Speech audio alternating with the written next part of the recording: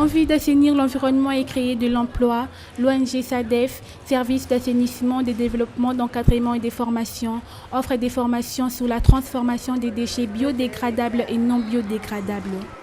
Ces formations pilotées par la dite ONG s'inscrivent dans le cadre du projet d'appui à la lutte contre l'insalubrité par la récupération et la transformation des déchets. Nous apprenons à la population comment on peut récupérer et transformer ce type de déchets-là. Qu'est-ce que nous faisons exactement? C'est prendre les sachets, en faire une corde. Une fois tissées, ces cordes sont rachetées par l'ONG pour servir à la fabrication de poubelles, des chaises, de lits et tant d'autres objets de ménage. C'est 350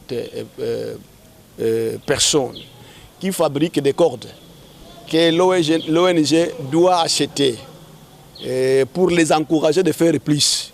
Mais parfois, nous sommes butés devant les problèmes de manque de moyens. Ici est de signaler qu'à son actif, l'ONG SADEF a déjà formé plus de 350 personnes, notamment les femmes. tozali kosala mosala ya bachasse kotonga bakiti batapi bambeto. En tout cas, ce sont des mamans qui sont plus avec nous. Bon, les mamans, c'est les filles mères, les mamans un peu âgées, donc c'est tous les âges. Située à Malueka, dans la commune de Ngaliema, cette structure est comptée parmi les ONG bénéficiaires de l'encadrement du MODIA développement durable. Nous sommes une structure d'appui à l'entrepreneuriat, donc ça veut dire que toute activité génératrice de revenus est une activité que nous accompagnons, sauf des activités qui ont un impact négatif sur l'environnement. Surtout, nous mettons également un accent sur toutes les activités de production qui ont une certaine valeur ajoutée, soit sociale, soit environnementale ou économique également. Cependant, Pasteur Batouemi Kantou Nestor, responsable de l'ONG SADEF, lance un appel pathétique à tous ceux de bonne volonté d'appuyer cette initiative qui vise à assainir d'abord la vie de Kinshasa. Nous manquons vraiment un endroit approprié pour exposer les produits que nous réalisons. Si il arrivait que les amis de l'environnement, ceux qui aiment vraiment que l'environnement soit propre, ils peuvent soit nous appuyer, s'associer avec nous pour qu'ensemble nous puissions améliorer nos conditions de vie. Vraiment, nous serons très contents de leur contribution. Ainsi, la salubrité et l'assainissement quotidien du milieu dans lequel on vit devraient être au centre des préoccupations de toute la population quinoise. En bref, 27 personnes atteintes du virus Ebola ont été guéries dans la localité de Djira à l'Équateur. Déclaration faite par les conseillers du ministre de la Santé, Dr Roland Chodoulo-Mami. Tandis qu'en Afrique de l'Ouest, le taux de mortalité du virus Ebola est réévalué à 70% selon l'OMS. Sur ce, le Fonds monétaire international a accordé 130 millions de dollars en faveur de 3 pays les plus touchés, à savoir le Libéria, la Guinée-Conakry et la Sierra Leone. Plus de 130 gouvernements du monde, compagnies et groupes représentants de la société civile ont signé une déclaration sur les forêts. Ce document a été paraphé à l'occasion du sommet de l'ONU sur le climat qui a eu lieu à New York.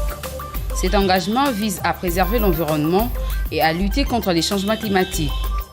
Les Pays-Bas vont investir 20 milliards d'euros pour lutter contre la montée des eaux.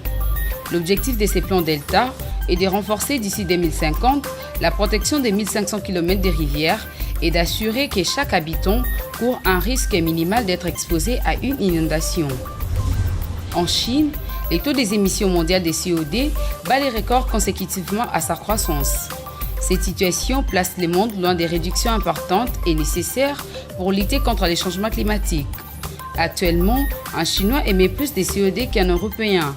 Si ces tendances d'émissions de CO2 se poursuivent, la Chine émettra plus en 2019 que l'Inde, l'Union européenne, les États-Unis combinés. À la clôture de sa 65e réunion annuelle tenue à Portos en Slovénie, la Commission baleinière internationale a adopté des résolutions qui durcissent les critères encadrant la chasse à la baleine, dite scientifique menée par le Japon. Cette mesure intervient après que la Cour internationale de la justice ait jugé illégale cette pratique. Une décision saluée par les ONG environnementalistes qui déploraient le nombre accru des baleines tuées en 2013. Ceci est un jardin expérimental du département des sciences agronomiques et de biologie de l'université de Kinshasa. Créé depuis 1980, ce laboratoire de recherche à ciel ouvert joue un rôle important dans la formation des étudiants en sciences agronomiques. Le jardin expérimental de biologie, c'est un jardin où on a mis pour que les étudiants en biologie, en environnement, en pharmacie, en agronomie puissent venir faire leurs travaux, leurs travaux pratiques, leurs travaux de mémoire, leurs travaux de fin de cycle, même des DA. Et éventuellement, les étudiants peuvent venir faire leur TP de botanique, surtout le cours de systématique végétale. Sur ce site, plusieurs espèces végétales sont cultivées selon les techniques appropriées. Parmi ces espèces, on trouve même celles en voie de disparition. Nous avons la plante comme le Trichulia africana. C'est une plante qui n'est pas connue, mais c'est une plante vraiment oléagineuse, riche en protéines, qu'on appelle arbre de pygmée. C'est un gros arbre qui donne de gros fruits. À l'intérieur de ces gros fruits-là, on retrouve des graines qu'on consomme comme des cacahuètes, ou soit on peut faire la pâte, comme on fait la pâte d'arachide. Au sein du jardin expérimental, nous avons aussi la plante qu'on appelle fumbois. C'est une espèce en voie de disparition, mais que nous préservons jusqu'à présent. Outre son caractère scientifique, ce laboratoire peu connu du public offre l'opportunité à certaines personnes de s'approvisionner en plantes médicinales et aussi de connaître une gamme de variétés de plantes rares. Ce fruit vient de l'arbre appelé Trichulia africana, qui est une espèce purement forestière. Oléagineux et comestible, c'est un fruit de prédilection pour les pygmées. Bien que petit, ce jardin expérimental contient des espèces rares et recherchées. Depuis le Nikin, c'est éclairé pour les ministres de l'Environnement. L'activité humaine est, et demeure jusqu'à ces jours, responsable du dérèglement climatique. À côté de l'énergie, de l'industrialisation ou des transports, l'agriculture, bien qu'étant importante pour la survie de l'homme, vient aussi compléter ces tableaux sombres. Elle occupe une grosse part des responsabilités dans les émissions de gaz à effet de serre. L'agriculture, en effet, a un impact sur l'environnement et sur le climat à travers toutes les émissions de gaz à effet de serre qu'elle produit. Elle en produit de plusieurs manières. Elle en produit si elle est mécanisée, par exemple, si vous avez des tracteurs, si vous avez des usines, des fermes industrielles, comme ici d'ailleurs en RDC on parle de parc agro-industriel, il faudra bien du carburant pour faire fonctionner tous ces outils agricoles et donc ça va émettre du CO2. Également, l'agriculture émet pas mal de méthane et de protoxyde d'azote. Protoxyde d'azote, vous le retrouvez beaucoup dans les engrais, en fait, dans les engrais chimiques. Donc ça, c'est tout simplement, vous les mettez dans le sol et ensuite ça s'évapore dans l'atmosphère. Donc ça, ce sont les émissions de N2O. D'après les dernières données fournies par le groupe d'experts intergouvernemental sur l'évolution du climat, GIEC, 10 à 12 gigatonnes d'équivalent du CO2 par an, soit 24% des rejets mondiaux, proviennent du secteur agricole. Ceci, en dépit du rôle d'amortisseur climatique qu'ils jouent, car les bois et les champs stockent du CO2 par photosynthèse. À l'opposé, la déforestation et les retournements des prairies entraînent un retour rapide du CO2 dans l'atmosphère.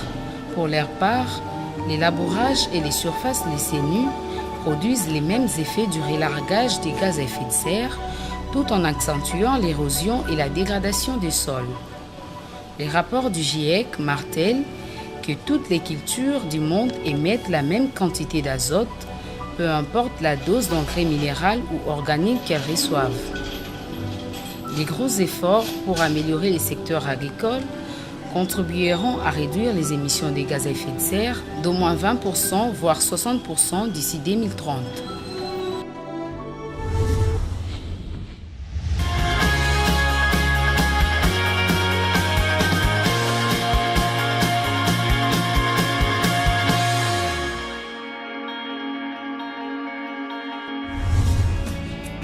Adoptée dans les médecines traditionnelles de nombreuses régions chaudes du monde, l'aloe vera ou Aloes barbades est une espèce de la famille de Xanthorrheaceae connue depuis l'Antiquité et cultivée aujourd'hui dans plusieurs régions.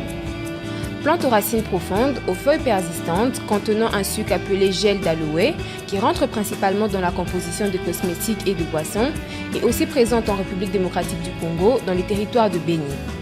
Cette plante est aussi connue pour ses propriétés antifongiques, antibactériennes, antitoxiques et immunostimulantes. Il est à noter que le gel d'aloe est déconseillé aux femmes lors de la grossesse et de l'allaitement, mais aussi aux enfants de moins de 6 ans.